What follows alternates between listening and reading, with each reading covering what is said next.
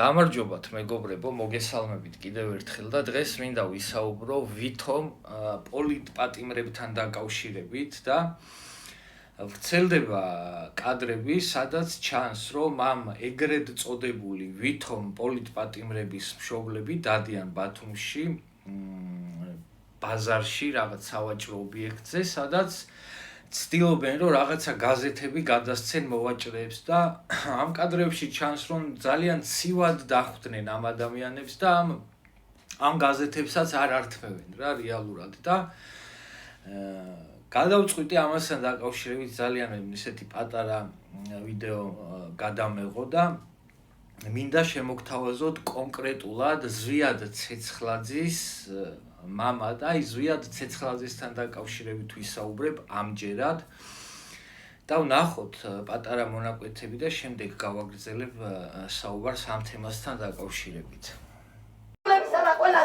ჩვენ არ ვართ არც ერთი პარტიის წევრი. მე ჩემი შვილი მტკივა უკანონო დროზე ციხეში. უკანონო დროზე ციხეში. მე რა გავუშვი? მე რატომ უნდა გავუშვი? თვითონ მისი და რასა პროტესტება? ბიძინა დიქტატორს აპროტესტება. ბიძინა დიქტატორ ეს კაცი გახლდათ ზვიად ცეცხლაძის მამა, რომელიც იძახის, რომ ჩემი შვილი უკანონოდ ზისო და უკანონოდ ყავთ დაკავებულიო. ეხლა შემოგთავაზებთ თავად ზვიად ცეცხლაძეს, ეგრეთ წოდებულ ვითომ პოლიტპატიმარს და ვნახოთ ერთად თუ რას საუბრობდა ზვიად ცეცხლაძე და რისკენ მოუწოდებდა თავის თანამოაზრეებს და თანამებრძოლებს. წინ არ არის აუცილებელი მოხდეს რევოლუცია მაიდანზე მოხდა ეგრეთ თავისუფლების მოედანზე მოხდა უკრაინაში და ეს ბრძოლა კონკრეტულად პარლამენტის წინ არ არის ესე განსაზღვრული. კონკრეტული ლოკაცია უნდა ავიღოთ და გავამაგროთ წინასწარ რა.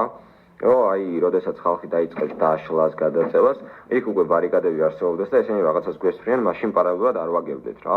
სასურველი იქნება თქმა უნდა, რა ქვია, მართუხლართები რა. იმიტომ რომ მაგათი გაჭრა გარღვევა ძალიან რთულია.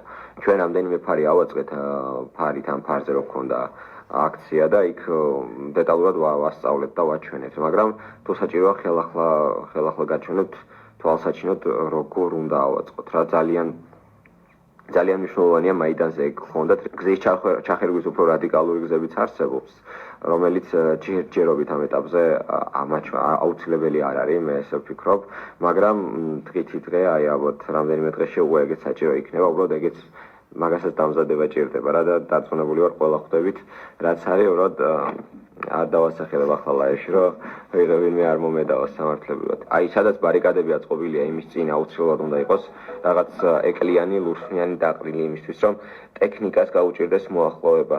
უკრაინაში იყენებდნენ ზეთს, ნებისმიერ ზეთს, რა ქვია, მანქანის ზეთსაც, ჩვეულებრივ საკვებ ზეთსაც ბოთლებში ჩაასხამდნენ და ყრიდნენ. კამერები რო არის, რაიმე უნდა მოუფიქროთ.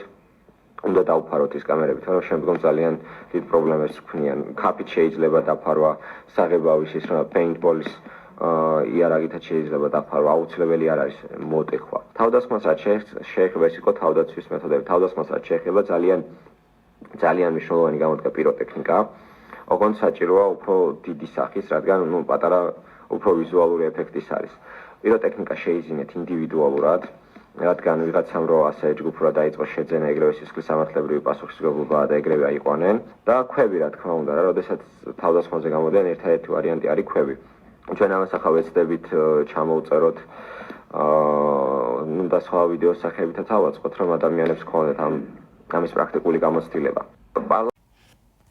აქ რომ იძახის, რომ არ დავაკონკრეტებ, მაგრამ ყველა ხვდებითო, დიახ, აი აქ ამ შემთხვევაში საუბრობს მოლოტოვის კოქტეილზე და ჩვენ ვნახეთ ხო ცეცხლწაკიდებული პარლამენტის შენობა, ცეცხლწაკიდებული პოლიციელები, თავგადაჩეხილი პოლიციელები და რაც ხდებოდა იმ დღეებში რუსთაველზე, ყველამ კარგად ვიხილეთ.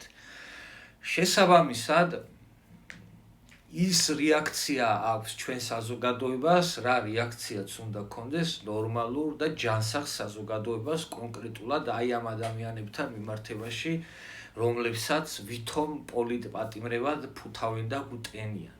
არანაირი პოლიტპატიმარი არ გახლავთ ამ შემთხვევაში ზვიად ცეცხლაძე, რანაირი პოლიტპატიმარიც გახლავთ და როგორ უკანონოდაც არის დაკავებული, შევეცადი აი ძალიან მოკლედ და ისე თვალნათლივ მეჩვენებინა თუ რას წარმოადგენს სინამდვილეში და ვინ არის ზვიად ცეცხლაძე და მისი მიზანი რა იყო და რაზე ოცნებობდა ზვიად ცეცხლაძე კონკრეტულად ხო მეიდანი უკრაინა და აი ჩააფურთხეთ და ვერ გაგივათ თქვენ ამ ქვეყანაში მანქურთებს ამ ქვეყნის არევა და ამ ქვეყნის ცეცხლში გახვევა თქვენ აღარ გამოგივათ ამის საშუალებას არ მოგცემთ იმედი მაქვს პირველ რიგში ხელისუფლება და ხელისუფლებას რომც გაექცეს პროცესები ჩვენ ამ ქვეყნის შვილები ვისთვისაც ეს ქვეყანა არის დედასამშობლო და არა ვიღაცა პროსტიტუტკა ჩვენ არ მოგცემთ იმის საშუალებას რომ ეს ქვეყანა დაანგრიოთ და ცეცხლის ალში გახვიოთ ეს არის რისი თქმაც მინდოდა მეგობრებო და დაგემშვიდობებით ეხლა ყველაფერს კარგს გისურვებთ